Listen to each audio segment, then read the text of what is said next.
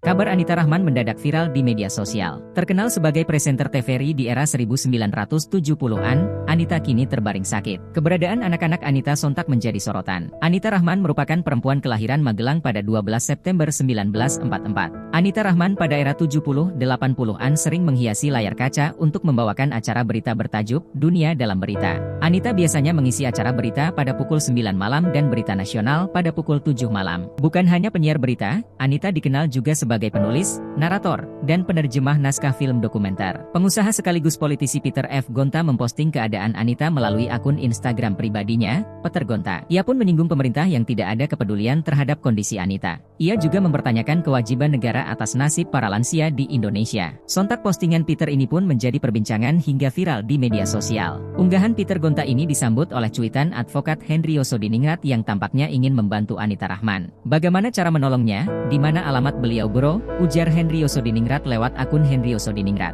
Sejumlah warganet juga memberi informasi pihak TVRI sudah mendatangi Anita Rahman. Kondisi Anita Rahman juga pernah diunggah akun Thread 2 Regi pada 31 Juli 2024 lalu. Akun tersebut mengunggah video Anita yang sedang terbaring sakit di rumah sakit. Menurut RT setempat, ia jarang dijenguk oleh anak dan juga cucunya. Anita Rahman, sosok penyiar TVRI legendaris tahun 1970-an kini terbaring sakit di rumahnya. Menurut Pak RT, bahkan anak cucunya jarang menengok, ungkap Blue Regi, dikutip, Minggu, 4 Agustus 2024. Salah seorang warganet, pemilik akun Triad Snekubil membantah kabar tersebut. Ia mengungkap anak dan saudara sang presenter kondang masih mengurus Anita hingga sekarang. Selain itu, akun tersebut juga mengungkap keberadaan anak-anak Anita Rahman. Hoax, beliau masih diurus MA anak dan saudaranya walaupun memang ditungguin MA suster dan Pak R-nya tapi anak dua masih mengurusnya, terang pemilik akun Nekubil.